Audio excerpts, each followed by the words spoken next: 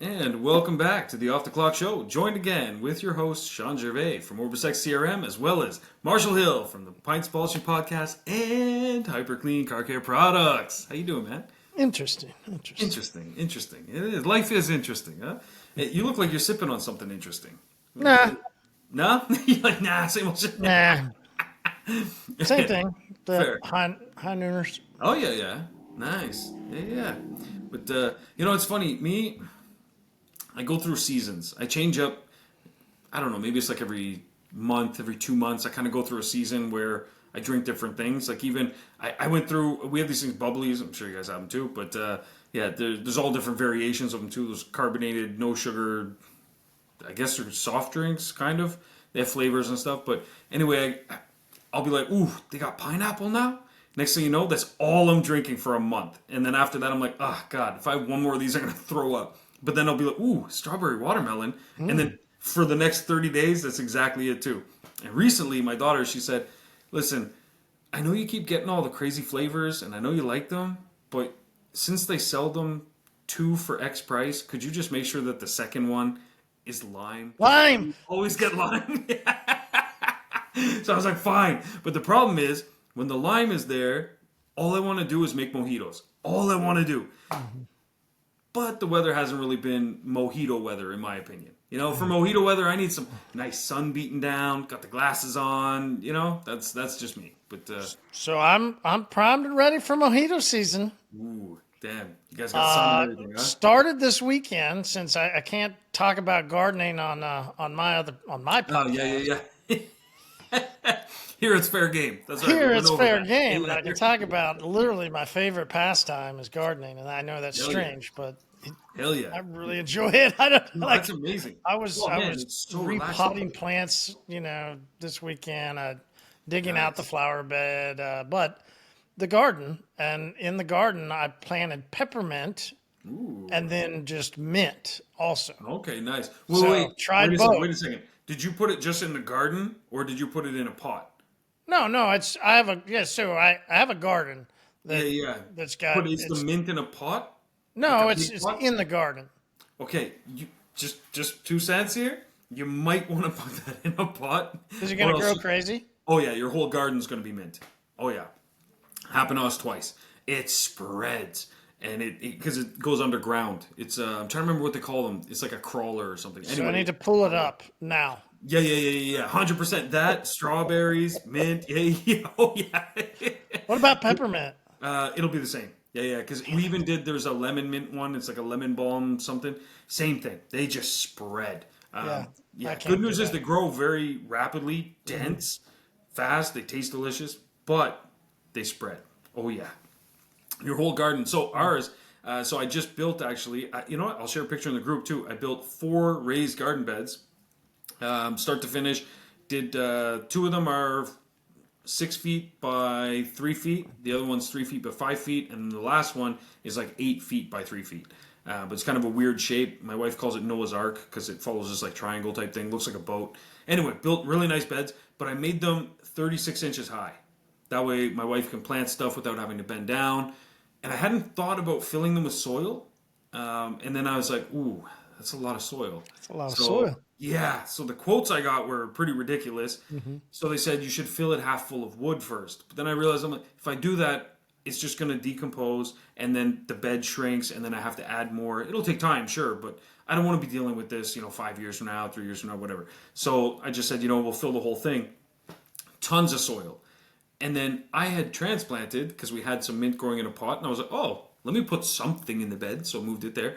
And I didn't put it in, but I just put it on top. And my wife's like, what are you doing? And I didn't realize. She's like, no. Don't even put that thing near fresh soil. It'll just like spread out.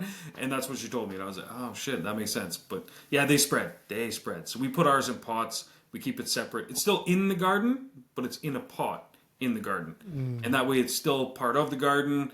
It gets watered through the irrigation. Everything's fine. Gets a lot of sun. But it's contained so it can't just, go out and do its thing. Does it come back, or is it? Oh yeah, they come back. Not all varieties, but the lemon balm one I don't think comes back. But I'm trying to remember what the it's like. I want to say regular mint. That's not a thing, but whatever the the typical mint you would see is that one comes back. It comes back crazy too. But it also, I think, depends on your growing season or growing zone. For you, I think you guys are fine. Like us, we used to be 5B, I think. Now we're 5A, and it's going towards something else. But or maybe it's the other way. I don't. My wife knows all that stuff. But with climate change, it's getting progressively warmer. Like she had some plants pop back up that are technically supposed to be annuals, but It's cool when annuals that for our happens, isn't it? zone, and they Yeah. just came back. And nature's Yeah. nuts, man. Like it's Sometimes, and I used to get that with those elephant ears. yeah, yeah, Sometimes yeah, yeah. randomly they would come up, then the next year none of them would come up. None of them will come. And Yeah, you're like, isn't that what the hell? crazy? What changed? Like, Yeah, yeah, yeah. It's like, man, you know what the part that's craziest to me too is that when you bury a plant. So like we just redid soil and mulch in the main garden, and we had asparagus, but it's buried under like I don't know a foot of soil and mulch, and then one just came all the way up, and I'm like, how? How on earth? Like it had no sunshine, no nothing. Like it's underground, but I guess it has enough, or it just knows. I don't know, man. It's like I was reading a book actually about plants. This was interesting. I think it was Charles Darwin, but he took some seeds and he put them on a like a I don't know. I want to say like a napkin or something, but in a circle, and then he spun them slowly. But as they were germinating, he would spin them, and so it was if the sun was coming in from the top, let's say, he'd spin this little circle, and the seeds would actually change their orientation so that they would grow the right direction.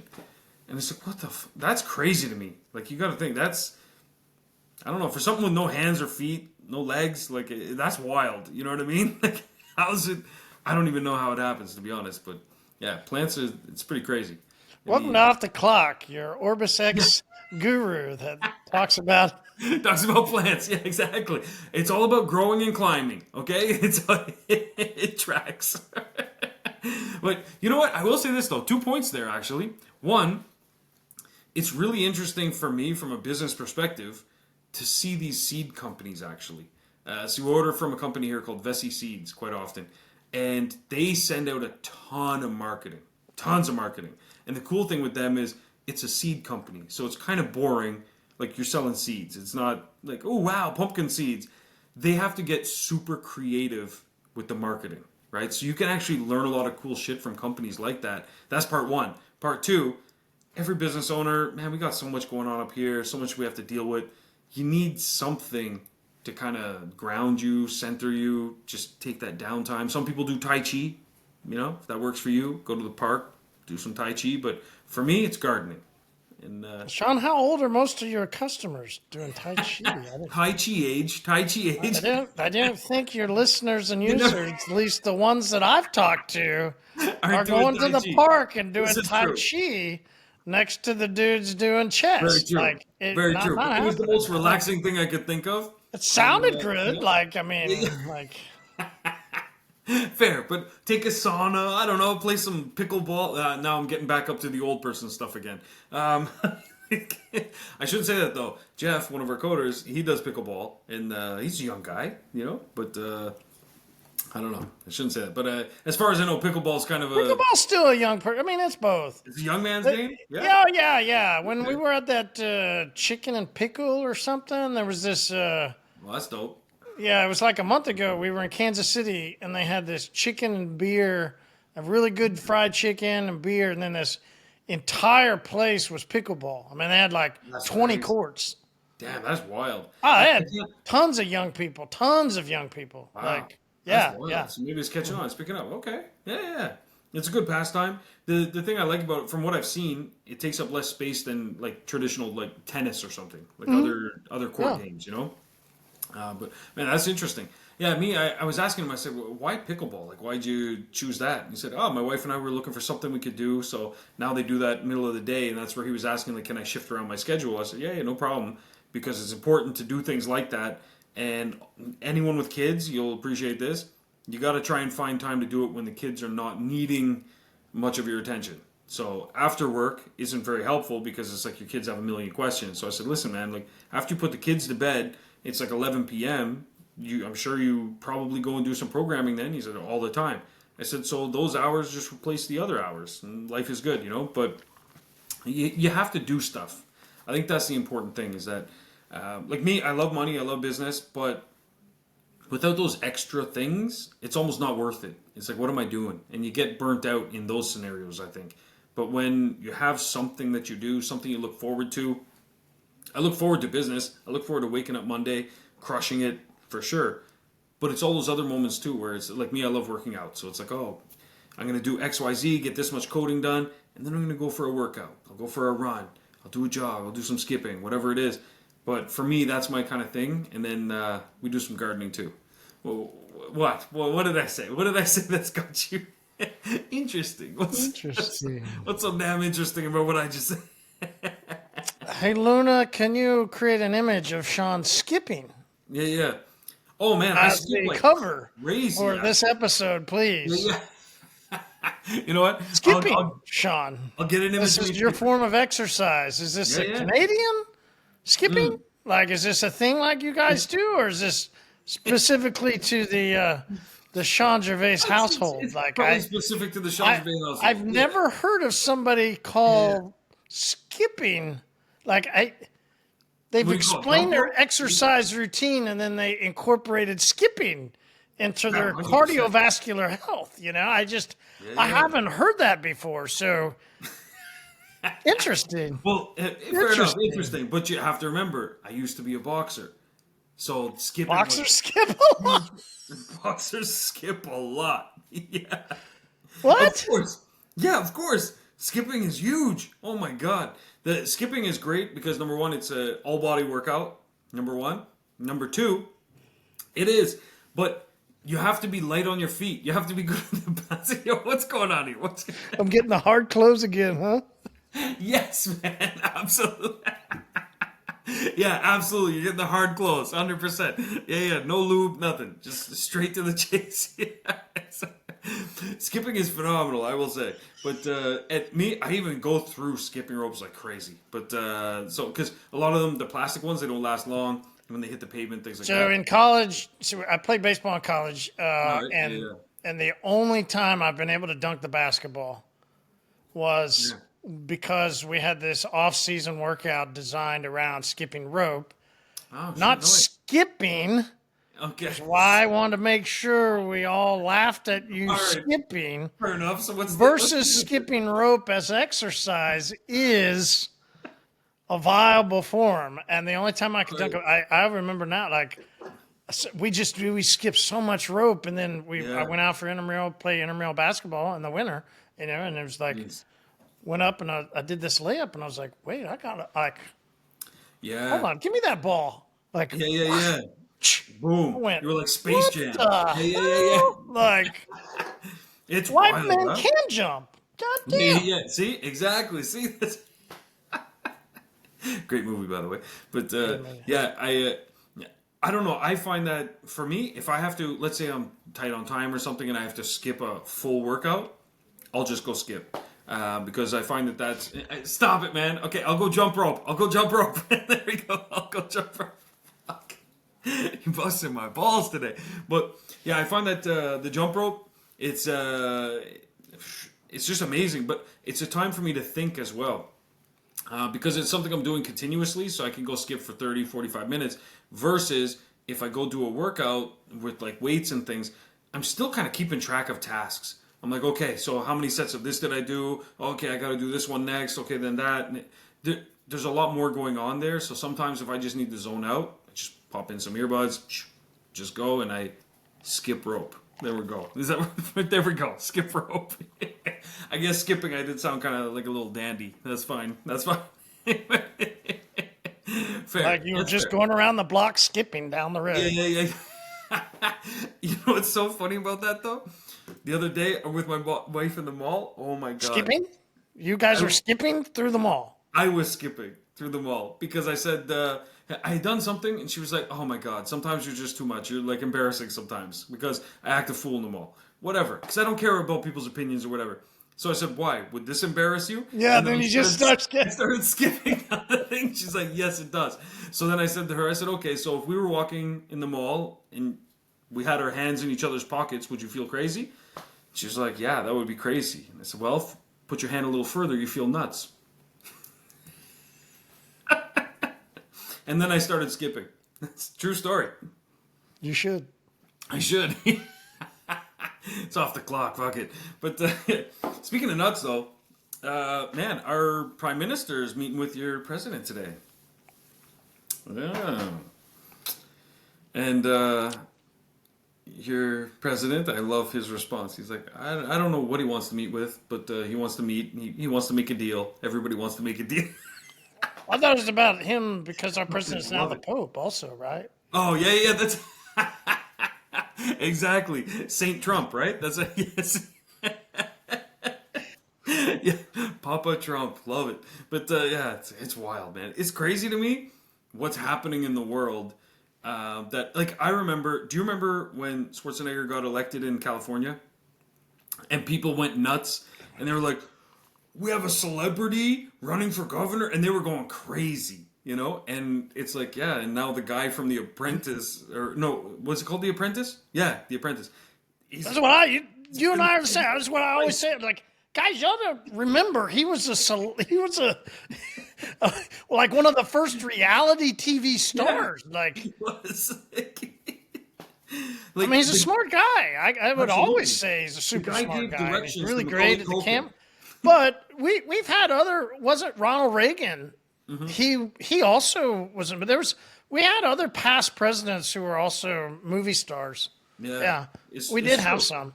Yeah. It's like it's a thing. It's like then we had some that were like, they were social. They were social event organizers. We had one that was. They didn't understand how he made it through Chicago and then all the way there, and they were like, "Well, he's great at social events or something." I was like, "Good for him, man. Good for him, man. Yeah, fuck. See, if you believe it, you can achieve it, right? That's the whole thing. It's up for anybody. It's a position for anyone. It is. Anyone could. Yeah, it is. It's the land of the free. You know what I mean? Like you can. That's the dream. Mm-hmm. That is the dream. You can do it. And right or wrong, I'm a firm believer in, like, listen, we just lost an election. Well, there was an election, and the party I voted for lost. But what? You lost an election to the king? He was like, "I'm gonna stay your king." Yeah. He was like, no, "Damn it!" Vetoed the vote was thing. 1-0. Shit. Yeah, exactly. 1-0, exactly. All in favor? Aye. That's it. Yeah. Exactly. It was just him in a mirror. That's it. And so yeah, basically we lost the election. And a lot of people are upset, and they're saying, "Oh, maybe it's voter fraud and corruption and this and that." And reality is like, listen, guys, if we had won, you wouldn't be saying this, you know. So just stop. We live in a system where we have to believe there are some checks and balances nowadays, and give the guy a shot. We have a prime minister right now who, to most people, they haven't even heard of. Does he skip or not skip? That's what we want. Oh, he skips. Yeah. He skipped. Not as much as the last guy. The last guy really skipped. but this guy, for sure. But he comes from a financial background to some degree. By and large, he's never run the country. But at the end of the day, in my opinion, there's so many checks and balances that these people have to go through. It's not like they can just say something and then it just happens tomorrow. Like, there's votes. There's a whole bunch of people involved in making something actually come to fruition. So it's like, hey, give the guy a shot. We'll see what happens. Now, in your case, I mean, you guys gave the guy a shot and then hired him back. So, I mean... Technically, they tried to shoot him also. And that's true. Twice, no? I think twice. There was definitely the first time, though, the ear one. That one was him and Holyfield. But, yeah, I think that, I don't know, man. Listen, politics, a lot of it's out of your control. And that's where one thing I wanted to mention today was there's things in life that are certain, things that are uncertain. And I think a lot of people nowadays, with everything going on in the world, feel a lot of uncertainty. And it's probably one of the most certain times, I would say, for humans in a long time. Like, there's some things that, you know, we kind of look at and we're like, oh, what's going to happen? But when you're in it, it's easy to feel that way. It's easy to feel like, oh, this is the worst time ever. We all have these ideas in our head that, oh, you know, back when I was a kid, things were so much better. Like the cost of this was this, and houses only cost that. And it's like, yeah, of course it was easier for you. You were a kid, you know. But like for your parents, to them, when they my dad, when they bought their first place, they were going through a recession here, and inflation went out of control. Mortgage rates went up to like 13% or something like that. And he got tricked by the bank in one way. They said, it could get worse. It might be going to like 18%, 20%. So you should just lock in at this rate for 10 years. And he was like, oh shit. He's like, I guess so. He didn't know. And so he signed on for that. And he said it was one of the biggest mistakes he made. 2 years later, it dropped right down to like 3% or something. He's still stuck at 13 and he's paying that. But it was one of those things where it was so uncertain for him. Looking back, we can be like, what an idiot. Why would he do that? But what if it did go to 20%?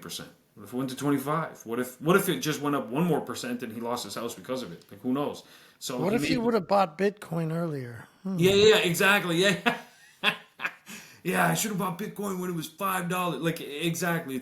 It's always easy to look back, hindsight's 2020, that kind of thing, and cast judgment, whether positive or negative, being like, that was a better time or that was a worse time.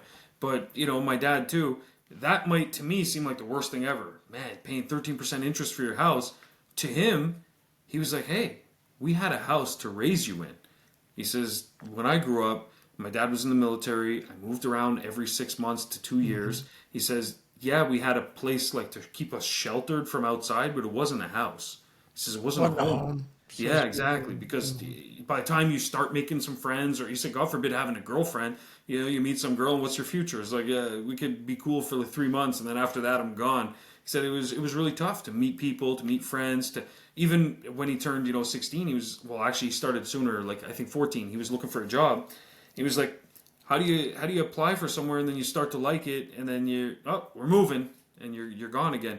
He said those are really uncertain times. And at the time, one of their houses, like they lived in the forest basically, they had an outhouse. They didn't have electricity for a big period of time. He said those are tough times. So to have a house. So what are you hearing when people are saying uncertain, right? Like what's the uncertainty? I think what it is, I think people use uncertainty because I've heard a lot on the news, in posts. I think when people say uncertainty, what they're really saying is fear. But they don't want to say fear. I think they have a fear of the unknown. I mean, that's really what you're right. Yeah, is. Uncertainty is just basically like I'm tipping my toes in the water of fear. Yeah, like, it's the start, right? Like it's the path. 100%. It's the path to darkness. Yeah, 100%. I am your father. Did you watch it? Did you watch this weekend? No, I haven't. Oh, I'm gonna have to. I've been a little busy here dealing with uncertainty around tariffs. No. But so if apparently you've got detailers that are uncertain, right? Like the future's uncertain. What is it they're uncertain about? I think a lot of them they worry about things like because when you hear something like tariffs, for example, we'll take that as an example. And okay, we can all understand how that might apply to the auto industry in terms of like steel or raw materials, things like that. But I think a lot of them start to worry when they hear on the news that when reporters are saying like, who knows where this is going to end? They're putting tariffs on puzzles, and then so people start to hear this and they're like, oh shit, like the world is changing, the economy's changing, inflation. They start to worry more about the future of their business, I think. And so is it the fear that hey, I'm getting $1,000 for this service, and nobody's buying it, or is it fear of? Listen, I've got a lot of people that are kind of tire kicking there. They used to get this, and they're not getting it as much anymore. Right? You think maybe that's the fear? I think it's a lot of those guys. I think it's the ones that they were charging this. And now they're having to change their prices to scale back. Because not your shop, but like your customers, like the listeners, the people that I wonder how many of them depend on repeat business. Like that, they develop customers, they develop the relationships that are as long as these are, like, hey, I've been in business 3 years. Well, I've got customers that have been with me for 2.5 years. Yeah. Right? Like they've built it that way, or are they building it solely off of Google reviews that have been preached before so that then they get the new ones, and it's always about, Yeah. hey, I've got They're these always new fishing. people that are always coming in. Google review guy, hey, apparently on another episode of some other podcast, a hired detailer over to one of your competitive CRMs was talking about how she will leave fake Google reviews for competitive CRMs. Wow. Wow. That's wild. I didn't hear it. Yeah. It was passed to me, Jeez. but apparently on some episode, some new detailer got hired by one of your competitors was talking about how that's what she does. It was like, Wow. It Google really reviews, shows. gotta love them.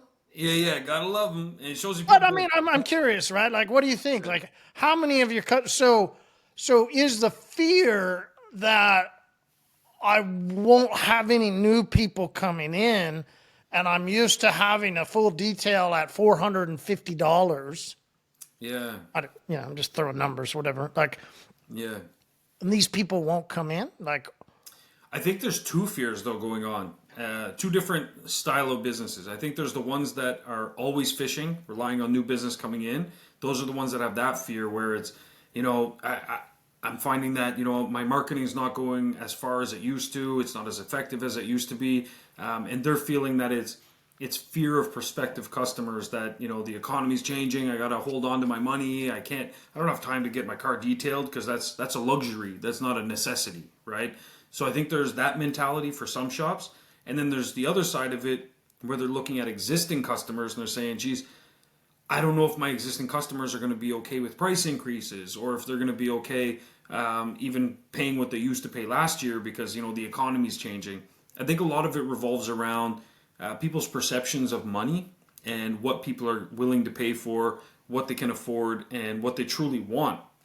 Because reality is, just like during the pandemic, money was tight for a lot of people. A lot of people's jobs got cut, got reduced, hours, so on and so forth. People still got their cars detailed, more so than ever. So that so wasn't the driving force. there's maybe is a fear that they don't understand their value. I would say so. I'd say a lot of it stems around value. Anything to do with price, predominantly price and value, it's such an They intertwined might have chose relationship. prices and just raised prices and just threw stuff out there without really an understanding. 100%. Because so for me, when you sell on price, you actually introduce a lot of uncertainty into your business because it's the only thing you have to go on. So you don't actually know what the customer wants other than some arbitrary number, just a numerical value of, oh, this guy, he said no, he doesn't want to do business with us. He said he's good. He's got someone else. The only info you have to go on is that, oh, well, I told him this number and he's going to get it for this number. But it's really hard to kind of build a business like that because you have no idea what value you were offering to the customer. So where did he not see value? Where were you, your proposition to the customer, whatever you were going to do? Hey, we're going to coat your car. We're going to clean the inside. We're going to this, that, whatever it is. Where did they not see value that they went somewhere else? Because if they see the value, the price discussion isn't really relevant to some degree. Like everyone obviously has a budget. If you say, oh yeah, it's going to be $1 million for your detail, that's a different story. But if the pricing's similar, it's not going to matter as much if your value is extreme. So you think the $300 to $500 guy versus the $2,000 correction coding guy, which has more fear in the moment? I would say the $2,000 coding. Yeah. Yeah, 1,000%. And for a bunch of reasons. And the biggest reason though isn't so much that their price is so much higher than the other one. It's that they don't have the value to back up the price difference. So price and value, they have a very intricate relationship, but it's intertwined where they move together a little bit. Sometimes there's a huge discrepancy. Like if you say, oh, a Lamborghini does pretty much the same thing as a Honda Civic does in the sense that, yeah, it drives you to work, but nobody's turning their heads when you drive by in a Honda Civic. But they will if you drive by in a Lamborghini. And that guy, for whatever reason, obviously went through something in his childhood where he needs a look at me kind of moment, which is fine. And if maybe you buy a Lambo for a different reason, but obviously there's a different value that's attributed there. That's why the difference is so grand. But when it comes to your detailing packages and your coating packages, if you're selling something for $2,000 that more or less can do something that the $300 package can do, you're not doing a good job justifying that gap with your value add, unless you are explaining that well to a customer, at which point I doubt that you have any uncertainties at all. Have you had the value? Let's go under the cover. Under the hood would be a All better. All right, under the hood. Yeah. Under the cover. Nope. Now who's skipping? What? Yeah, great point. Good one. Thank you. Yeah, I deserve it. Deserve that one. Your serve. Under the hood. I don't even know what yeah. I think I was thinking like undercover, and then it was no, I'm really meaning under the hood. I don't know. Fair. Maybe it's because I'm 3 into these iced tea nooners already. Maybe that's what it is. That's your magic number then. That's the. This is 3-drink Marshall. That's what it is. Yeah. But we're gonna keep laughing so much, I'm gonna forget what I was gonna talk about. Under the hood. Yeah, but I don't. Oh shit! Remember. You said, well, maybe let's go under the hood. I know. So okay, pricing. Laugh too long. Oh, it's shit. gone. Damn. Okay, fair. But I do think that the uncertainty. There it was. Okay, there we go. Under the hood. Under the hood. All right, we're off to a good start. There we go. Have you had a fear? Fear in the moment, right? Yeah, like I that's why I heard when you were talking. I just go, huh? Like, can I think of what fear and when I had fear and how that fear? And I think let me say the way I thought of it. Now, I think I fear, which is what I've said a lot of times. You mentioned Lambos. Not a whole lot of Lambos in Tulsa, right? I mean, Nick and I talked about this, right? Like, Lambos in Tulsa compared to Vegas, very different. Yeah.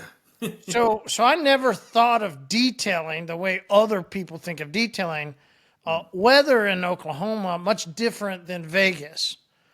So I would talk to him about, I remembered as a detailer going, I'm limited on my amount of time that I can. So a lot of you northerner people definitely have thought of this, right? I don't think I could fully grow an uber niche around exotics business when we are extremely limited on those. Yeah. Right. So there was I guess there could be a respect of fear that got analyzed. Right? Like, yeah. And maybe that's why people are having these moments. Like they didn't think about it that far enough. Yeah. They didn't analyze that, hey, if I'm thinking I want to do this, is there enough fish in the pond? Like, and if there's enough fish in the pond, cool. What type of fish? Because I actually don't care then what type. I want as many as I can. Yeah. Right? 100%. Some people wanted to care about the type, and so then they would go pick a different pond that maybe they thought there's more of that type of fish there. More of that. Whereas if you think of fishing and you think of a pond and you go, I could eat a bass that might be in there. I could eat a catfish. I could eat a perch. Not really so much on a crappie. There's not really crappies in ponds. Maybe they're in lakes. Yeah. You could decipher through a couple things like that. Yeah. And you could eat whatever you wanted. Yeah. Is my point. I look around the area and I go, I've got a lot of Hondas. I got a ton of minivans that need cleaning. Yeah. There's tons of these. But you know what? Every single person that has a lot of really good money around here has Range Rovers also. And so I want to make sure I take care of those guys. Yeah. And you just start, I guess that's why I never think of it as fear. I think of it as, okay, fear if I go in this one way, is there enough to keep me fed? Yeah. And then, okay, what if I go this way where there's more of a surplus? I should probably go where there's more of a surplus to feed. 100%. Because you're going to have a percentage of that marketplace. And is there the part of it you and I think of feeding? Not everybody is a That's true. prey versus predator, which we've talked about. Not everybody is, so if you don't think that way, how can you start to think that way? Think like a, True, yeah. we don't want to say predator. We don't want to say that, but like, fair. we don't want to do that. We're back to under the covers. And it's like, shit, this show's getting really fucked up. The whole episode's getting flagged, yeah. You're skipping there. That's still the cover. Yeah, you skipping is the cover. I started it. Fuck. Yeah. But right, like, and maybe that's the way we got to think of it. Instead of it going into these moments and going, okay, there's less. Yeah, I get it. There's less, but there's maybe less of this. But if I'm in enough of an area and I haven't so focused, niched myself too heavy, then I'm able to go into all different types of different things. It's true. And I think right now where people are having the most success, at least what we're seeing, and we talked about it previously, I think it's an email that's being sent out from you, is Stack. 100%. The amount of people are having success throwing on Stack, and I mean throwing 15 to 20 minutes. Yeah. And you're able to ceramic coat a car. Like this is the point of seeing fish, seeing a pond. All that goes into these moments for me, because the Range Rover guy, who we still clean, right? Mm-hmm. Still work with people like this. That guy will always continue to thrive. He's going to value what you do as your service to him. And when other people might be trying to, which we'll talk about here in a second, raise prices or go hit, what if you don't have to raise your price? You just have to give somebody a really great value and a product that's going to do what it says, and then you can give them a very, very good price that is also extremely beneficial to you because you can apply it in 20 minutes. That's the thing, yeah. Right? You start thinking through these parts and you go, I'm not fear. I now have a motive to go attack where other people in the area are scared. I can now go after and hunt and grab what people are really, that the customers are really wanting. It's true, and that's that value add, absolutely. Mm-hmm. And so I think it's the fear side is kind of a lack of a plan. They don't have a plan. There you go. Right? And there you go. Some sort of a plan. They don't have an attack, right? They don't have attack built into them. Yeah. And so the fear comes. Now, of course, right? You said you have fear, I have fear. We can all have fear. 100%. But what we've all, I think if you watch any movie about this hero that got to some point, or anybody, right? You'll always have to overcome something. Yeah. That's in what everybody's journey you have to overcome. So you look at Gladiator, a movie we love, right? Like, yeah. He was nervous, but he had a ritual. He had a routine. He had things he did. He looked over and this guy's peeing in the sand. Okay, well, he's going to grab his and he's going to do his thing, right? Like, yeah. Everybody had fear. Everybody had moments. But if you have a plan, to your point, if you have a routine, if you have these things that bring you calmness and stillness, like skipping. 100%. Jesus, like skipping. I knew that's gonna haunt me. You're gonna send me a T-shirt or something. Jesus Christ. It is. You're done. But, yeah, fair. But I do think that that's a big part of it, and that's where, like when I saw the elections happening here, a lot of people were fearful of the future, and they were concerned. And I got asked a lot by people, like other business owners I know locally. They were like, "Hey, Sean, do you have 2 minutes to chat?" I'm like, "Well, not really, but what's going on?" They were like, "Oh man, my life is in shambles." I'm like, "Holy shit!" I'm like, "Okay, give me a call." We talked for a few minutes. Straight away, it's just all fears, and it was all things of the unknown. It was, well, I don't know this, I don't know that, and I realized a common theme.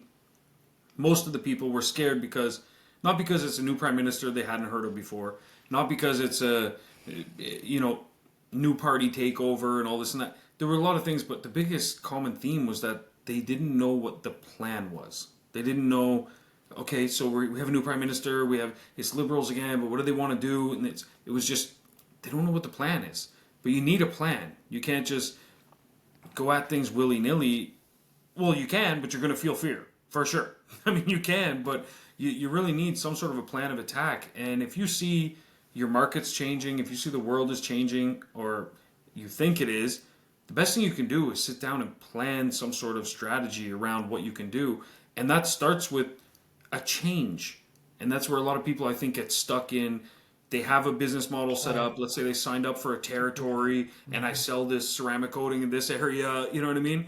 What they try and do is they try to find a way to make that business model work. So they're trying to change things that they can't control. They're like, well, how do I market to a different customer so I get a different customer that's okay with this business model? Whereas maybe you need to just go back to the drawing board and realize maybe that business model is flawed.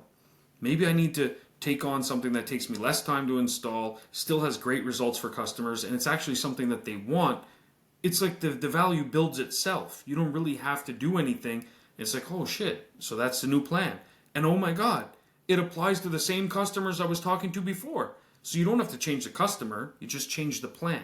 So if I'm a detailer that I've got just regular detail customers, right? Like let's just Sure. call it that. I'm not a ceramic coating specialist, quote unquote. I'm not a Yeah. Certified. Certified. Good.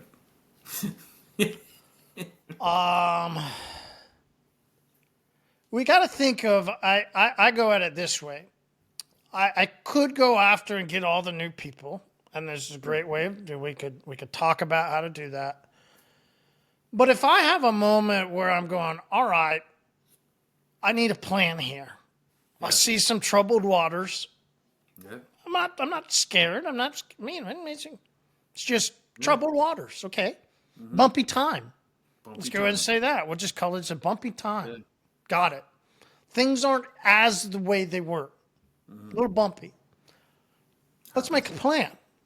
Yeah. Let's make a plan on the upsell. Because I think there's where we can get away. Yeah. How do you get out of fear? Is you have a plan to execute. Yeah. And then inside of that, you have this other word. And that word is faith. Wow. Yeah. You have to have belief. Have to have belief. Yeah. You do. Yeah. You do. You have to have belief. And so you think of value. You think of this time. You think of everything. You go, all right, I could take a $100 purchase. I could divide it into 10, cost of $10, call it 30 minutes of time. Let's say you're a little slow. Which you'll be able to do 2 in that time, but yeah. So you're a little slow. All right, fair. 30 minutes, all right. And you want $50 an hour. So you've got a cost of $10 and then half an hour. So what's 25? Mm-hmm. So you got a cost of $35. What do you think a good upsell would be if I've got a cost of $35? What price do you think? 200? 100? I like 7s. I don't know why, but well, they say marketing wise it works well too. So I would go at the 197. That's the mark I would go. That's a pretty big. That's great margins. That's awesome margins. Huge margins. Yeah, absolutely. What if you only had to double? So your cost was 35. Let's just say you called it $100 and you did this $100 upcharge. Yeah. And it only took you 30 minutes, so you're at least making $50. Let's call it that. Yeah. And the key part here too is it's an upsell. So it's on top of, so you're making profit at the same time as you're Which is making why I profit. don't like the big upsell, right? Yeah. I like an easy upsell. I used to upsell sealants at $25. Beautiful. Hell Beautiful. yeah, it was. It'd take Beautiful. me that Oh, much. Like, man. and we just You know, start we got, making $25. So having yeah. a plan using HyperClean Stack takes you 30 minutes Yeah. max. You're Yeah. going to Yeah. have roughly about $30 or so after you do your time and all that stuff, but only $10 a product. Yeah. So $100 upcharge, there's a plan. And then Yeah. faith comes in working with Luna, having faith in what OrbisX is going to do to then promote it with you so Yeah. that you can 1 a day, 2 a day, 3 a day, and suddenly you just did $500 extra in a week, which makes Yeah. $2,000 in a month. Yeah. And the really important Suddenly part, you did 2 a day, which is then $1,000, and then is this 4,000 a month, and you just go, wow, this plan had a little faith. And then everything that has been built in with Luna, with OrbisX, with everything that you and I have been putting it's all together, coming and you together. just go, Boom. man, suddenly we got people Money sitting making on the 4 or table. 5 grand extra a month Yeah. off of 30 minutes a day. Yeah. 30 minutes extra a day, and they make 4 grand a month. And you know what the beautiful part is? No additional vehicles. The same vehicle that you're already going to see. That's the most amazing thing to me, is that the best way to build any detailing business, just try and get some customers and then try to sell as much shit as you can to those customers. Not in a salesy kind of way, but adding value, finding something that's specific to that customer that's going to help them. And that's why I firmly believe in the HyperClean whole car care line, is because there's something that'll benefit each customer, depending. We got a guy that goes off-road, don't worry. We got something that you can actually purchase this and take home, say goodbye to bugs, all right? It's their worst nightmare. You know what I mean? And so, you know, you go down the whole line. It's like, oh, your car's already coated? No problem. Stack is great to keep that going. It's like a reload. There's something for everybody. So it's not like you're selling snake oil, and at the same time, you're not turning your shop into a parking lot. The worst thing I can see, I talk to guys and they're like, oh, you know, yeah, I'm wondering like what I could do to like improve efficiency or something, or I just need to I need more cars in here so I can make more money. I'm like, well, how fast are you turning around the cars? Like 2-3 days each. I'm like, fuck, are you at the airport? Like, why are these cars there so long? Like, you waiting for them to come back from their trip? I'm like, that's crazy to me. Like us, it's rare cars will be there overnight. It's rare, and you know, usually they're there in the morning, gone that night. That's it. Boom, done. We can't afford to have cars sit there. It's not a parking lot. There's only so much space, and once the work is done, they're gone out the door. That's just that. But I had an upsell happen to me recently that I thought was pretty interesting, and I said yes to it, and they got more money out of me. So my regular guy that comes changes my tires stripped the security key on my lug nuts. Was kind of pissed off. Yeah, a little pissed off because the key is unique. Obviously. Oh, yeah. Yeah. So I had to get it taken off. He didn't really have the tools to do it. I'm so sorry, you know, da da da da. We have the tool at my shop. My shop was closed.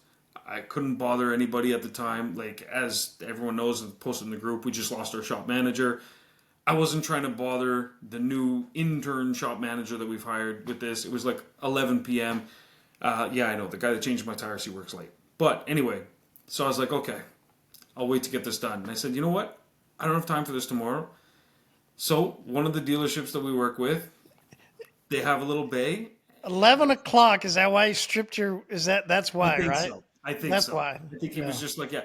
In all fairness, I told him book it during the day. He said, no, I'm slammed today. He says, but I want to take care of you. I want to get you in. I'll book you in the evening time. So I was like, no problem. So he tells me 5 o'clock, 5:30. Like, all right, perfect. Calls me at 4, says I'm on my way to your place. I said, dude, you told me 5:30. So I said, I'm not going to be there, but I'll get there as soon as I can. He says, I'll come back. Shows back up at 7 o'clock. I'm like, fuck. All right, well, you're working in the dark. I don't know what to tell you, man. Like, good luck. You know what I mean? So, anyway, he's doing his thing, strips it. I'm upset, but things happen. It's okay.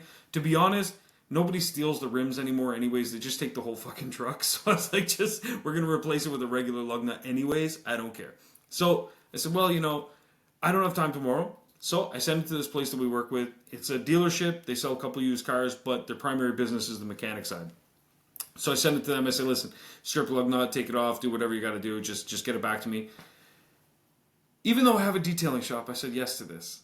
Mostly because I was curious. But they called me and they said, hey, your truck's going to be ready to pick up in an hour. They said, we always, because we're working inside the truck and stuff like that, and we're driving it around, we always clean the driver's side.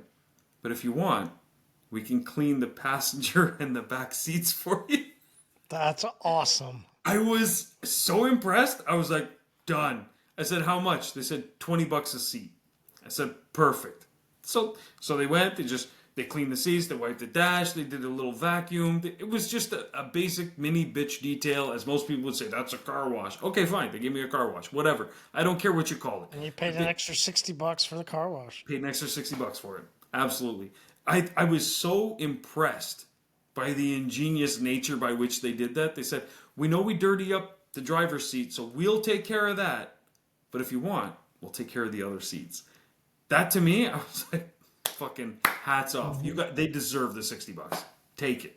That's fine. Yeah. I was impressed, to be honest. And it takes a lot. I've seen a lot of shit in marketing, so it takes a lot to like, whoa. And I stop, and instantly, the lady on the other end, I told her, I said, if you ever consider leaving where you're at right now, keep my number. You give me a call. You've got a job tomorrow. So I was like, she did everything start to finish perfectly. She called me. First off, one of the first things she asked is, did you have a coffee yet today? I said, yeah, I already had one. She said, do you stop at 1 or would you like one ready for when you pick up your truck? Right there, I was like, amazing. Who the fuck is this? And then when she said the shit about the cleaning the seats, I was like, sold, done. She probably gets 50% of that upsell. You know what I mean? So why not? You know what I mean? And this is where I go back to pay people properly, pay them right for the commissions, and they're going to push stuff. If you don't pay them well enough, there's not enough incentive for them. So they're just like, yeah, maybe I'll mention it. Maybe they say it here and there if there's an easy sell. But if you pay them well for it, they'll pitch it every single time. And you'll get guys like me. I own my own detail shop. And I said yes to a mini detail from these guys. It happens, guys. It happens. Like I even have a full detail wash bay in my house. I could do it here. But I said yes to them because they asked. Because it was done in a way that I couldn't say no. I was like, yeah, fuck yeah. I'd like to pick up the truck, have a nice coffee waiting for me, and it's all clean and everything. Go for it. So that to me was amazing. So hats off to them. Canada Wheels, amazing. Well Absolutely. Done. Absolutely. Yeah. Cheers to that. Cheers to that, man. Hell yeah. But so there's also fear of, I think, is something you wanted to talk about, of prices, raising prices, like absolutely. Because I saw a post recently, and the guy posted his communication with the customer, and I'll pull it up so that I have the actual details of what he had said in his post. Give me a second there, because it is important. So his initial post says, "You'll lose customers eventually as long as you continue to raise prices." Sounds like a fear. It also sounds like a certainty, no? He's certain that you are going to lose customers if you continue to raise prices. But I bet you every... It's true. I mean, disagree to some degree. There is a percentage that always fall off. I mean... For sure. That's probably a true statement, Yeah, I think... But I think generally speaking, I think a lot of it comes to the value. Because I guarantee you, a Starbucks coffee today doesn't cost what it did 5 years ago, 10 years ago, And so I think you will lose some customers. Yeah, I mean, you do. Yeah. Gain a lot more. Yeah, but the way he's wording it, first off, I think the way he's wording it, here's where I think the flip side where detailers do this and they make these posts, I think he's saying it as one of these. Yeah. That's the vibe I got. When you're as great as I am. Yeah. The pound of chest. You're okay with losing customers because you you've realized that, worth it. as you raise the prices, you're going to lose some customers. I Yeah. made it out of high school, didn't go to college, but I just want you guys to know this. Exactly. So pay attention. Listen to Pay me. attention. Yeah. Versus, like, let me ask you this. When was the last time you saw a post like this? You'll gain more customers in your business as you continue to increase your value. When was the last time you saw a post like that? Fucking never. And you never will. No one's going to post that. You know what I mean? But it's just as true as his statement that he's making here. I do have a problem with the fact that he spelled lose loose. But anyways, we'll move on from the typo side. But it's just one of those things to highlight that pay attention to who you listen to. You know what I mean? If someone's posting something riddled with typos, consider it. But he said, she was my customer for 4 years. So we're talking about a repeat customer, 4-year relationship. 4-year relationship. I'll say it again. Okay? If you haven't been communicating with them often, because it's not up to the customer to communicate with you, it's up to you to communicate with the customer. So if you haven't been maintaining that relationship, that's on you. So a 4-year relationship that you probably haven't nurtured. Haven't, because what does he say next? Yeah. Not constantly. Exactly. So for your customer, but not constantly. But I was the one. Who's at fault there? Is your point, right? Yeah. Why weren't they constant?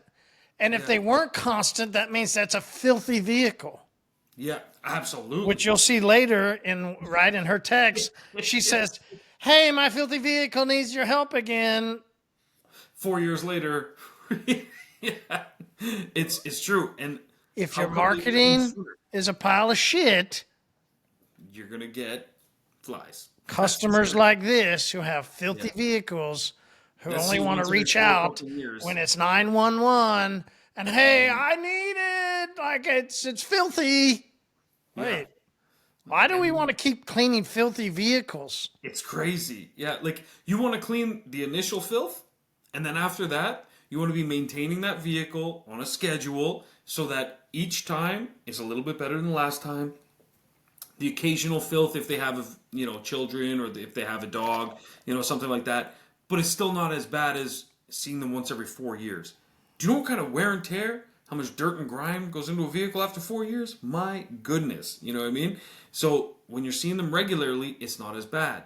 That's where you can play a little with your pricing because now I'm seeing you regularly. It's a little bit less work. I'm not saying cut your pricing in half or anything like that. That's crazy. What I'm saying is that's where you have some wiggle room, though. When someone signs on for a maintenance contract, okay, so we're going to see your vehicle once a month, twice a month, every week, something like that. You're dealing with less filth because it's not the initial one-time cleanup. Should you change it from contract to peace of mind? Peace of mind. Oh, I do like that. Yeah. Maintenance, peace of mind. When you sign up this for is your peace of mind. Yeah. That's actually genius. Yeah. So when you sign up for peace of mind, that right there, that was a bouquet from Marshall. That was, Jesus. John, that one's for you, my brother. Jesus. Oh, good Lord. That was good, actually. I'm stealing that. I'm not going to lie. And so, nothing bad about her or I. So, for some reason, felt the need to clarify that he didn't do anything wrong in this scenario. Just an example to all of you on how to handle such situations when you raise your prices. Once again, it goes back to my point. Yeah. He's trying to do one of these, like, hey, let me show you boys how it's done. Exactly. So this is apparently a public service announcement, PSA, of how to handle these situations. Okay? What to do when you raise your prices. I started car washes 5 years ago at $25 for sedans. Now the same wash starts at $120 for sedans and are averaged $160 per. Keep going and keep adding value. Hold on. Hold on. All right. Let's unpack that. What's the inflation rate? What's the percentage of inflation right now? It's right now I think it's like 11.9 or higher, but it's supposed to be like 2 to 4. Okay, let's just go 15%. All right, let's go 15. All right. How do we go? Okay. What's 15%? Let's go 5 years. How'd you go 25 to $120? Yeah. So what the heck? What? Let's see. 25. That's a fucking jump. Yeah. Oh, yeah. Let's. I'll go 25 at 50%. All right. So we're raising 25 a year. That gets me pretty damn close. So times 5 years. So we're at 127. Okay. That's at 50% inflation. 50%. That's astronomical. That's, and listen, Interesting. interesting, very interesting. Yes. And so the part that killed me out of this whole statement, though, was the keep going. That's great. Averaged at 160, so not just Yeah, 120. not just 127. Yeah, yeah. So he's Bullshit. yeah, yeah, 100%. So, and listen, his details probably are worth 160 right Oh, now. sure. It's not. Yeah, yeah, Sure. yeah. Yeah, yeah, no question. However, if you sign on a customer, because he said 5 years ago it was 25, she's a 4-year-old customer, so let's assume she was maybe at 35, 40. Can we just say his package changed? There's no way that the same wash at Yeah, 25 there's no way. bucks, Well, that's 5 my years point. later, Yeah. there's no way he's going to wash a car Yeah. that he did the same style 5 years ago, and he's suddenly going to magically get 160 bucks. Guys, it doesn't work like that. It just doesn't work like that. Yeah. And that's my point, is that the keep adding value. Nowhere in his post does it say anything about the value that he's added. So when you say keep adding value, what you're saying is keep adding dollars. You said nothing about value at all. Just keep adding price. Now, is it a good customer relationship to not message them, No.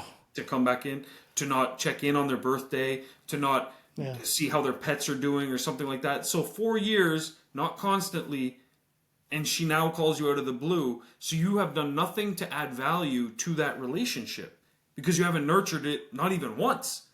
And then she messages, needing your help, asking for help. The part that kills me is how he drops the bomb on her. Oh, let's just go. This is what I started. I was cheating already. Yeah. I started reading. Hello, what time are you off today? 5 p.m. Okay, great. I can arrive about 1 p.m. What? What? Not even listening to the customer. Hey, what time can you be off? I'm off at 5. Okay, I can arrive at 1 p.m. Yeah, I can arrive at 1. What? Exactly. And then I know apparently last week I homered too loud, so let me back up. yeah, so go back up, yeah. What? And then okay, great. I can arrive at 1 p.m. Okay, prices do start at 120 for your size vehicle. Depending on the condition of it, will this be okay? So that one statement, I have like 10 problems with. Be okay? Yeah, so the asking permission, I have a problem with. Number one, the will this be okay, assumes that you're introducing a problem that may not be there. By saying, will this be okay, assumes that maybe it's not, right? Those kind of yes or no questions you want to avoid, 100%. The size of your vehicle sounds like a penalty, in my opinion. It'll be 120 for your size of vehicle. Well, especially since she lists later, it's a Chrysler 300. What? Yeah, for your size of vehicle, which is Dude, are you an idiot? normal size vehicle. It's I've never even last week we had a guy come in and we were talking about some stuff. He was trying to pitch us some things and he was looking around and goes, "So are you a car guy?" And I go, "Whoa! Don't accuse me of that. No one will ever accuse me of being a car guy. I don't know this. I don't know the engines. I don't know this torque. I don't know the amount of injectors. I don't know the liters of the. I'm not that guy. I am not that guy. like I enjoy cars, but I'm not. I enjoy. I said the weird thing, my guy. I said I enjoy cleaning cars. Yeah. It's really odd. I get it. Yeah. But even I know what a Chrysler 300 is. Yeah. And I don't go, your size of vehicle. Yeah. What the hell? This isn't an Escalade. Yeah. It's so true. It's not a Suburban. You're not dealing with a third row of seats. You know what I mean? Like a massive trunk. Like I used to have a Chrysler 300. We had two of them, and it's a normal size vehicle. Was that Marshall Mathers go after? Was that his? Was that what when he was cruising around, he tried to push Yeah, that yeah, car? yeah, Wasn't that yeah. was Yeah, because or they was had the it commercials 200 and or stuff something? I too. don't remember. Yeah, yeah. So they had the commercials where Yeah. his like the beat was playing and stuff. Yeah, yeah. It was a Chrysler 300. That car was actually designed by a guy from Toronto, Canada. Well, that's why it failed. Yeah. That was a top seller. That was a top seller. I bought two of them. Top That was seller in Canada. that was a Didn't make poor it out of man's victory Canada as right the there. top That was sales. That's why Chrysler quit. That's why they quit. Threw in the towel. They were like, fuck it. Yeah. Well, it's because all the people that would detail it kept classifying them as a Suburban. So that's why Your back size to of the 300. vehicle. Yeah, It's a your size of 300 vehicle. instead of a 200. Ooh, man. First off, like, the part that kills me about this whole conversation is that you haven't talked to this person in years, clearly. There's no great to hear from you again. There's no, like, Good point. Good just point. nurturing the Good point. experience, like it's been far too long. I guess you missed out on our maintenance packages. By the way, you still driving that Chrysler 300 that you loved? For that particular size, these are our pricings in 2025. That's the way to start that. It's been a while. Most of our customers come see us every 3 months, so I don't want this to be a shock to you. But our pricing in 2025 has increased to this price. Da, da, da, da, da. We've added a lot of value. Here's what we've added into our process. Here's what we do now. What we can do is we can honor kind of a mix. Let's come to a compromise of something if this is a shock to you. Should These are people our rewind it? prices. They should probably rewind that, right? Like hit the pack 30 seconds button so they can go back and hear what Yeah, you yeah, said yeah. again. I really do. I think like people they struggle with these moments. You're right. Like it's proven here with the way he just that's the texting format though, isn't it? Like it's because we're just so used to just texting people. Yeah, but this I isn't your used to do it girlfriend. This too. isn't a I date on did. Tinder. Like, I used to, and I would just da da da da da da da like send, like da da da da da send, like, and yeah. that's probably the wrong, which is why we've said, and I've a transition for me over the years has definitely been a transition out of texting to email. Right, this has been what you and I've talked about. Remember, what 5-6 years ago when we first started talking about that? Right, Yeah. I was such a horrible emailer, but I would text everybody. Remember? Yeah, I remember. And so they should almost, in a sense, save a note with what you wrote down. That would be one thing that they could do. Or when does Luna just start taking this over, right? When does Luna just start responding to text messages that have the professionalism in it? Like Yeah.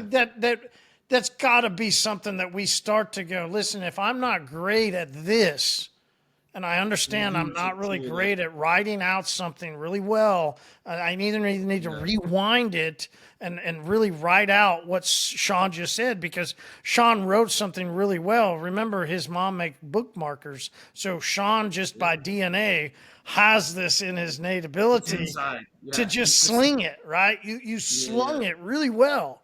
Most people Yeah. don't have that ability. So they should rewind and True. write it down. Or 100%. when do they just get to trust that Luna can do it for them? Yeah, absolutely. So two things you can do. One, when replying to a customer, you can actually get a response from Luna as what to say. Very helpful, especially in scenarios like this. But two, starting as early as next week, we're opening it up to some beta users. Luna will be able to reply automatically to text messages. So you don't have to do it anymore. So text message comes in, Luna reads it and sends a reply. And she'll give you a buffer window. You can change the buffer window. So right now the settings are going to be 5, 10, and 15 minutes. Meaning, if you reply within 5, 10, or 15 minutes, Luna just ignores that message. But if you haven't, because you're busy, putting on some stack or something like that on a vehicle, Luna's going to take over and she's got your back. So while you're doing stack, Luna's got your back. Write that down. Sorry, I'm a skipper, remember? But I'm in. Yeah, fair. So, but Luna will automatically skipping reply for you, and she's you're not letting me off the hook on that one. She's fully trained on your services, your packages, your discount codes, everything like that, and she scans that every 7 days. So it's like she's in the know. She knows what you've got going on, and she takes the time that you don't have to properly articulate things. And her goal, as she's been instructed, is you're a very helpful assistant for this business, and your goal is to nurture relationships, close more sales, and get repeat bookings. That's literally her core instruction. It can't be more simple than that. And the advantage you have is that she doesn't get emotional. She sticks to the script, right? Not because she's a woman, Marshall. she doesn't get emotional because she doesn't have those kinds of human emotions. So she's not going to get in her feelings about something. So if a customer says something, this, that, she sticks very professional. She replies in a way that she should. But I've also spent a significant time with Luna training her on how we train our staff. Because how my staff replies is exactly how I just expressed we would reply in this scenario. Is that start off with a greeting. Fuck, man, you're not dealing with a robot. Just because the customer might be talking to a robot doesn't mean it has to be a reply from a robot. So if you're handling it, don't be a robot. This guy's replies sound more robotic than most of the modern day robots. And that's a problem. If you had a team member reply like this, fired immediately. 100%, 100%. Yeah, not even a question. Because number one, you ignored all the training we gave you, and that to me is theft of my time and my money, and it goes against the entire customer experience that we've worked very hard to put into our standard operating procedures, but also to cultivate just in each of our employees. So this wouldn't happen. There's not a chance in hell. And if this did happen, please believe it's followed up with an immediate, sorry, I was driving, speech to text wasn't working right, I wanted to say good afternoon. And then you just rectify it. You can always restart that conversation, but there's no way in hell this is happening. This is craziness. And it doesn't even stop there. Like, so she writes back, okay, heck, did you raise your prices for my Chrysler 300? Unfortunately, yes. Why is anything about what you have to offer unfortunate? That's crazy to me. That there's more to that text, but just to start Yes, that. we did. Just do it there. We did. Yes, we did. Yes, we did. And here's why. We offer this now. Well, do you even need to say it? You don't need to, but he clearly felt he needed to. Well, the next part he says actually blew my mind. So, unfortunately, yes, with a smiley face emoji. I think it's a smiley face emoji. No. Emoji It's not a smiley face It's not a emoji. smiley face, It's that frowny face emoji. Yeah. I can refer you. So, unfortunately, yes. Unfortunately, he raised his price. Frowny face emoji. I can refer you to someone who doesn't charge as much if you'd like. Smiley face, though, not emoji. Not emoji, but the colon. And the slash, or what is it there, the bracket type thing. Pre-emoji smiley face. Call it that. Pre-emoji smiley. I use those a lot, by the way. But can Luna make you skipping down as you do that, and then have the pre-emoji face? There you go. Yeah. As I hop into a Prius. Sorry for anyone that drives a Prius. It's a fabulous machine. It takes premium. Nobody does. So what do you think there? I can refer you to someone who doesn't charge as much if you'd like. What are your thoughts there? That's a. I like her response. Oh poop. That's too much for me. Sorry, dear. Yeah. Oh poop. Oh poop. Yeah. I have someone else. No worries. That's okay. My apologies. I had to raise prices, but great. We got something. Blah blah blah. It's horrific. It is. It'd be fired. It's like watching a train wreck. Horrific. Yeah. Should be fired immediately. Yeah, because they did nothing correct in this. No. Not one thing. In fact, they did actually more damage than good, for many reasons. Do you think at the end of this conversation, the customer has any idea at all why there's a price increase other than prices increased? There's no idea. There's no value added at all, number one. There's no greeting. You haven't nurtured the relationship. The only thing you know about me is that I'm driving a Chrysler 300, which you didn't even mention. So do you even remember the car? You just said for your size vehicle. You didn't mention my vehicle, so do you even remember me? Depending on the condition of it. Remember that part. Oh, yeah, depending on the condition of it. So not only you're penalized because of the vehicle you drive, because apparently a Chrysler 300 is far too large. It's a bus, right? It's And just also, something people always say, right?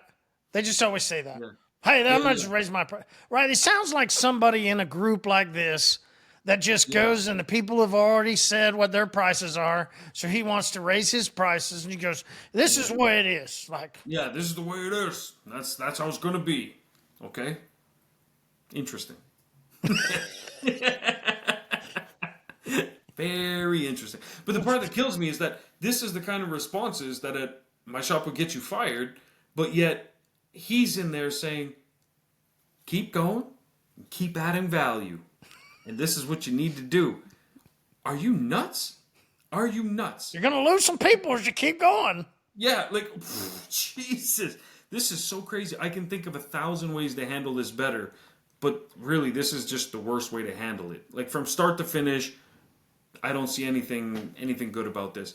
And as Good much as find. we don't, Good yeah, find. 100%, Good 100%. lessons. A lot of good lessons out of this one. Yeah, big time. It's funny. There's like what 6 text messages back and forth here, but there's so much to learn from this. I don't know, 10-minute conversation between a customer and a business owner. It's astronomical the amount of lessons you can learn from just It's this. basically just let Luna take over for you because, I mean, Yeah, why not? why Like, not? Oh why my not? god, why not, man? Like it's, jeez, I can't tell you how many like emails I send in a day that I used to write out by hand, and I'm a really good writer. I just always have been. I don't know where it comes from specifically, but I always have been. But it's time consuming, so I use AI quite a bit for the time savings. But also, there's times that I write something and I'm like, hey, this is written well, but I want to make sure I'm getting my point across as concise as possible. So I'll pass it through Luna and I'm like, hey, what do you think of this? It'll rewrite it, and I'm like, wow, usually 9 times out of 10, if not 10 times out of 10, there is definitely some improvement. And I'm like, thank you for that. At the very least, the next time I go to craft an email, I'm kind of learning as I go. Oh, this is how I could do this. So when you're sending a message back, it might take you a few extra seconds right now to pass that through Luna and say, hey, what do you think of this reply? This is the thread. It'll take you a couple seconds extra now, but you're going to learn better responses, and then it'll become second nature. So if you're not good at this kind of thing, that's a first step in a good direction. Is start using Luna. You can find better responses. You'll learn as you go, and then of course sign up for the live chat with Luna Yeah, and once that live chat is just ready, take the fucking just sign beta. up. Like, Yeah, you got to sign up for that. Like, 100%. absolutely. Jesus, it's Like, 3 cents an hour. That's what it costs. 3 cents an hour. and so You can avoid this shit. I'm sure there'll be some type of follow up, like, like a week, 2 weeks after. Hey, Luna just chops in. Hey, text message. 100%. Hey, it's been a couple of Haven't heard weeks. from you. Like, yep, No, absolutely. well, I think it would be this way, right? Like, I think we could even tune it this way. Like, hey, you came in for an interior detail and we know you had these problems. We wanted you to know that in between, you can use this HyperClean Revive to Boom. take care of your car and as a detailer that this customer will never harm anything. It will completely clean, safely clean everything Yeah, that they're going to need to. Or, hey, I know your kid regularly spills in the back of the seat. If it's yeah, mom with a minivan, right? yeah. Hyper clean enzyme. Hey, just spray this down. It's really going to help us. It'll go in and attack any of the spills that your kid does, 100%. You right? know, Like, that's actually worth touching on because I want to mention that. So what's coming? What we're working on, Marshall and myself. We have a meeting tomorrow revolving around part of this. Is we're working on automating your automations.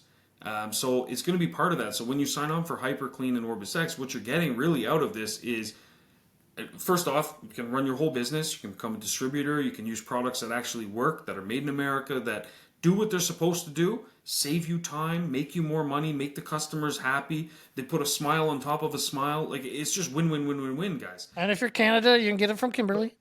Yep, this is true. Hell yeah. Made in North America and Yeah, sold yeah, in yeah. North America. How about That's that? right. Yeah, yeah, absolutely. Good point. That's a very good point, though. And further to that is we're going to automate your automation so that right now, if you set up automations, they work very well. You can automate follow-ups with customers post-service, pre-service, by tag actions, all different types of ways. Follow up with leads. We're going to automate that automation setup for you so that You can go and you can say, you know what? Yes, I am using HyperClean. Boom, automate my automations. Then Luna will go and she will assess your customers. She will assess the products that you're planning to offer, the upsells, so on and so forth. And she'll actually create automations for your customers, or for you, sorry, that go out to your customers, saying things exactly like what Marshall said. So it'll be pitching different products in between appointments, before appointments for upsells, during appointments for upsells, post service for cross selling, for future upsells, to rebook. All of that can be done for you. So that's the difference you get with OrbisX. Is we're not just a glorified Excel sheet. We're not just a place for you to input your customer information or set up a virtual shop. No, we take it many steps further, light years further. It's the difference between comparing a swimming pool and an amusement park. That's really what it is. And so you can go for a swim in the urine-infested neighbor's pool, or you can come to the amusement park. Atlantis. Join OrbisX and HyperClean. Go on the roller coasters. Enjoy yourself. Didn't you love it? You loved Atlantis. Yeah, yeah. Oh my God, Atlantis. I know we have varying. But different, if you're going to think pool to park, I'd like water park, Atlanta. Like, yeah. Ah, like Atlantis. Yeah. It's true. It was an epic place for that. you go through a slide and then you go into this thing with sharks. Like sharks and shit. Yeah. That's Pretty pretty wild. epic. Like Pretty that's wild. Yeah. It's true. I bought a GoPro just for that trip because I was like, in case I lose this GoPro, at least I'll have the memory cards and stuff. But I was like, I bought it just for that trip. I wanted something brand new, battery life good, everything good, and that was an epic trip. But it made me realize a lot of things. You know, like anything is possible. And when we're sitting here like uncertainty with tariffs and this and that and all kind of shit, and it's like some guy's dream was, I'm gonna go recreate Atlantis, the mystical Atlantis or whatever, in the middle of the Caribbean. Man, that's amazing, man. They built a huge like nature habitat with slides and everything, and then they had to get people to come there. People probably looked at that in the beginning and were like, not a chance, you know? And that's how we look at everything, right? When they made trains, we said, that'll never take off. What are we going to use those for? You know, this and that. And it was one of the greatest revolutions in history. The Wright brothers, when they made the planes, they didn't even know what to do with them. They were like, maybe we'll sell it to the military, you know, strap a machine gun on top, and they had definitely no off idea. the clock. Sean's comparing making trains and planes and to automobiles. Great movie. Yeah, see, there you go. Yeah, planes, trains, and automobiles. Absolutely. See, but that's the kind of brains that are behind HyperClean and behind OrbisX, though, is we're those kinds of innovators and thinkers. We're looking so far into the future, and we're looking for ways that can actually make you guys money, not just make us money. Because if we make you guys money, the money will come for us. That's not a problem. It's how can we make the industry better, the products better, the end customer happy, the businesses that are purchasing our products, how can we make them happy? And ultimately, that leads to happiness for us as well. So it's creating that whole ecosystem, I think, is important. Community, right? Enough people get absolutely. what You've they been want preaching out that of since day everybody one. gets it together. Yeah. Yeah, Community. absolutely, man. So that's where we're at. Man, this was a great episode. Great talk. I like dissecting these kind of text message things because it seems so basic, but it's one of the most fundamental flaws. Like you could have the best booking form, use the best CRM, you could have the best advertising and social media, but when you drop the ball somewhere like this, none of that other shit matters because she's not even going to make it back into this guy's calendar. She's not back in the CRM. She's not. She's out. She's gone. She's gone. And so rest in peace to that person's customer. And I'm sure she's off enjoying somewhere else that's going to, you know, yeah. What was it? Spectacles, testicles, wallet, and watch. That's it. Mike Myers. No, wait. Is that his name? Mike Myers? Who's the guy? Austin Powers. Is that Mike Myers? Yeah, Mike Myers. Mm-hmm. Yeah, there we go. Okay, yeah. Fuck, he's Canadian. I should know this. Yikes. But it didn't happen. We'll cut that part out. There's always something off about that guy. Yeah. Well, he loved England, huh? Of course. Yeah. See, him, Jim Carrey, like a bunch of. They're all like a little. You know, it's the syrup. I think it's the syrup. Yeah, it depends on the tree. You know. Anyway, man, Marshall, appreciate you as always. This was a great conversation. Looking forward to more next week. We'll see you guys then, and I'll have an update on my shop, what's going on there. I was hoping to touch on it today, but we ran out of time, so I'll... Hour and 24 in, we went a little over. Went a little over. Bit out of time. Yeah. This is almost like cut it into 3, and then we'll be like each week release a piece. All right, awesome. So, good stuff. I'll see you guys next week. Marshall, appreciate you as always. I'll see you tomorrow. Cool. All right. Cheers.